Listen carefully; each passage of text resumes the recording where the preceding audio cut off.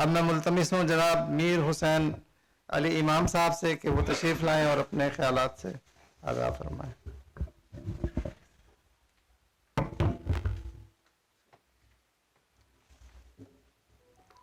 السلام علیکم. تقریر کرنا میرا مقصد نہیں ہے, کچھ اہم گفتگو کرنا اصل بات ہے.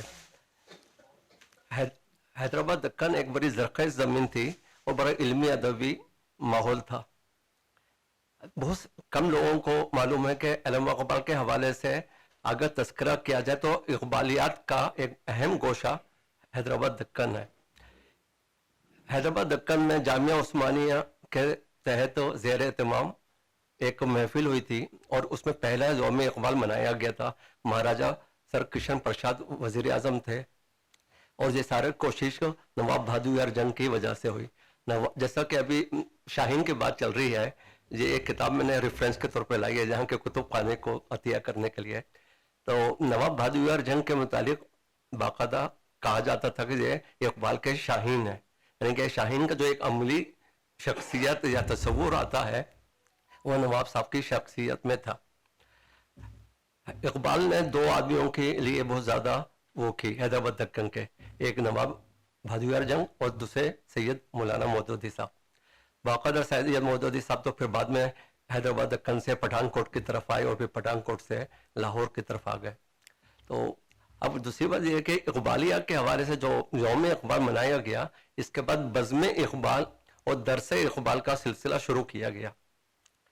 تو نواب بہادر جنگ کی زندگی میں ہم دیکھتے ہیں اقبال اور نواب بہادر جنگ باقاعدہ ایک اہم ٹاپک ہے یا ایک شعبہ ہے, اور اس میں یہ ہے کہ نواب صاحب ہر ماہ کسی نہ کسی ایک جگہ درس اقبال کی محفل کرتے تھے اور اس میں اقبال کے حوالے سے بہت اہم اس وقت کے جامعہ عثمانیہ کے اکابرین گفتگو فرماتے تھے.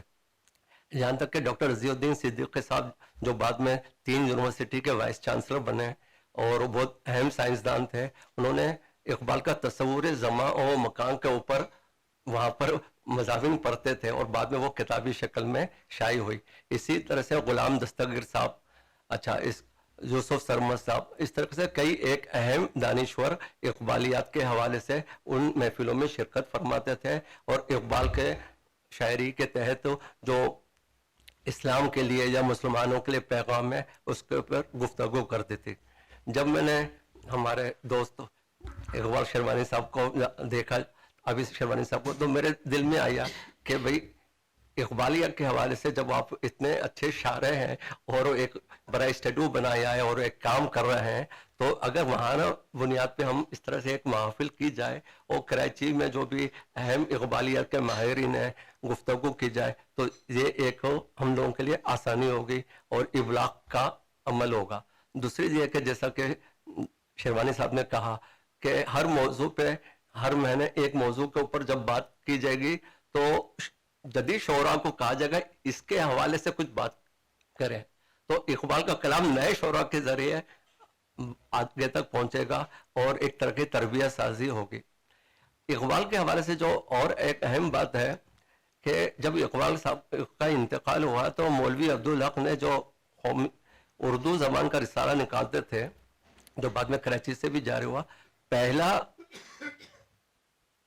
اشاریہ یا شجرہ ان کے یوم وفات پہ مولوی عبدالحق صاحب نے لکھا اور اردو زبان میں, اردو مطلب رسالے میں شائع ہوا سیمائی اردو میں. تو یہ بھی ایک اہم بات.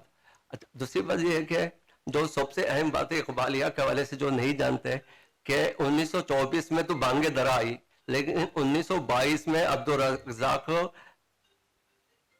گلبرگہ ایک شہر ہے, تو عبدالرزاق گلبرگوی نے ان کے حوالے سے کتاب مرتب کی دیوان, اور اس پہ 125 صفحے کا 120 صفحے کا ایک پورا مقدمہ یا تفصیلی حالات بیان کیے اور شاعری کا تجزیہ کیا. وہ کتاب شائع ہوئی. اقبال اس بات پہ حیران بھی ہوئے اور وہ بھی ہوئے. انہوں نے یہ کہا کہ بھئی مہاراجہ کرشن پرساد صاحب سے کہا کہ بھئی یہ کتاب مطلب اجازت کے بغیر مطلب شائع کی گئی. خیر بہرحال وہ کتاب وہ بہت کم کتب خانوں میں ہے لیکن نسخے ملتے ہیں. اس کے بعد پھر